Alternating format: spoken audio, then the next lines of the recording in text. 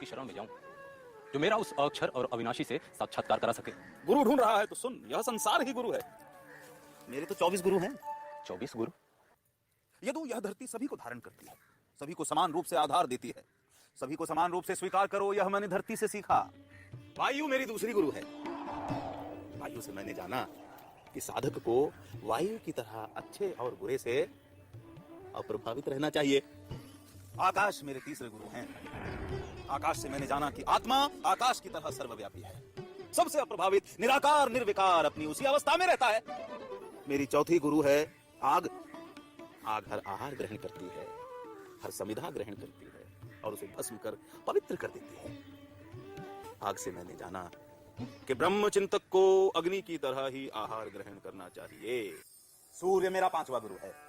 जिस प्रकार सूर्य की छाया अलग अलग पात्रों के जल में अलग अलग दिखाई देती है, उसी प्रकार यह सारी सृष्टि उसी एक आत्मा की विभिन्न छायाएं हैं। मेरा छठा गुरु कबूतर है। एक बार मैंने देखा शिकारी के बिछाए जाल में कबूतरों के बच्चे फंस गए। कुछ देर बाद उन्हें छुड़ाने के लिए घोंसले में लौटी उनकी मां भी जाल में फंस गई। उन कबूतरों से मैंने जाना कि किस प्रकार मोह विनाश को आमंत्रण देता है। अजगर मेरा सातवां गुरु है यदु। जिस प्रकार अजगर अपने शिकार की तलाश में यहां वहां नहीं भटकता, वैसे ही ज्ञान की अभिलाषा रखने वाले को सुख के पीछे यहां वहां नहीं भटकना चाहिए।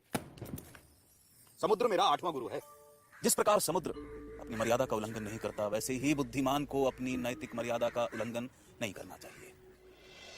मेरा नौवां गुरु पतंगा है। पतंगा मूर्ख व्यक्ति इंद्रियों के सुखों की आग में कूद स्वयं को भस्म कर देता है, परंतु बुद्धिमान व्यक्ति ज्ञान की अग्नि में कूद अपने अज्ञान का नाश कर सीमित से असीमित हो जाते हैं। मेरा 10वां गुरु है गज। कौन? हाथी। हाथी के शिकारी हाथी को पकड़ने के लिए नकली हथनी बनाते हैं या पालतू हथनी का प्रयोग करते हैं ताकि वे हाथी को लुभा सकें। साधक को काम के आवेग से दूर रहना चाहिए, यह मैंने हाथी से सीखा। मेरा 11वां गुरु शहद इकट्ठा करने वाला मधुआ।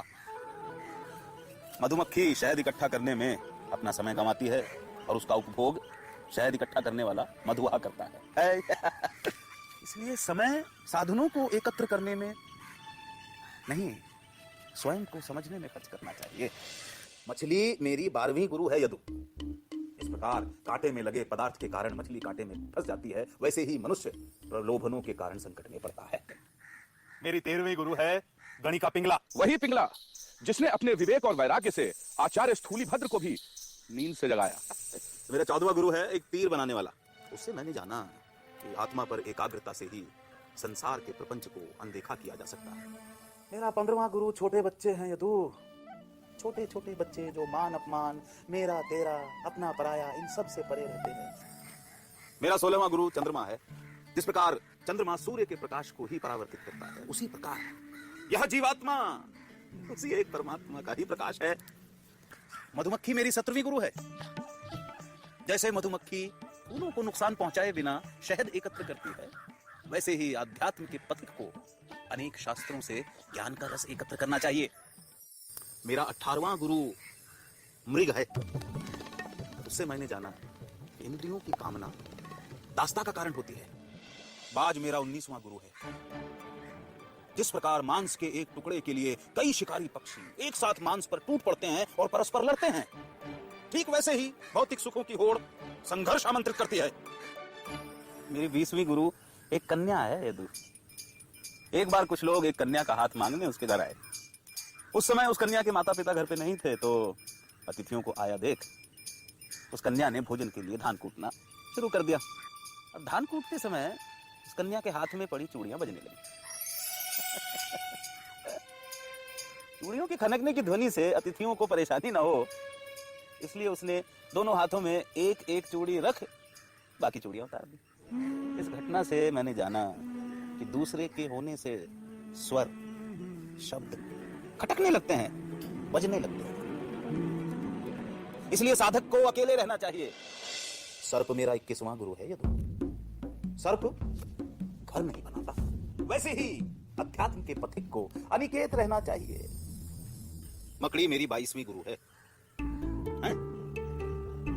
जैसे मकड़ी अपने जाल की रचना करती है, उसमें विचरण करती है और अंत में उसे ही निगल लेती है, वैसे ही आत्मा अपने संसार की रचना करता है, उसमें विचरण करता है और अंत में यह संसार उसी में विलीन हो जाता है। यदु, इल्ली मेरी 23वीं गुरु है। इल्ली लगातार भ्रमर की ओर देखती रहती है। यह निरंतर भ्रमर की ओर ध्यान इल्ली को भ्रमर में परिवर्तित कर देता है। गुरु और शिष्य की चेतना का यह संबंध मेरा 23वां गुरु है। मेरा 24वां गुरु जल है। जल सबकी प्यास बुझाता है। मनुष्य, पशु पक्षी, पेड़ पौधे सभी को जीवित रखता है और हमेशा सबसे निचली जगह पर रहता है, हैं? वैसे ही बुद्धिमान को भी हमेशा सबसे नगण्य स्थान ग्रहण करना चाहिए। पर मैं किस गुरु की शरण में जाऊं?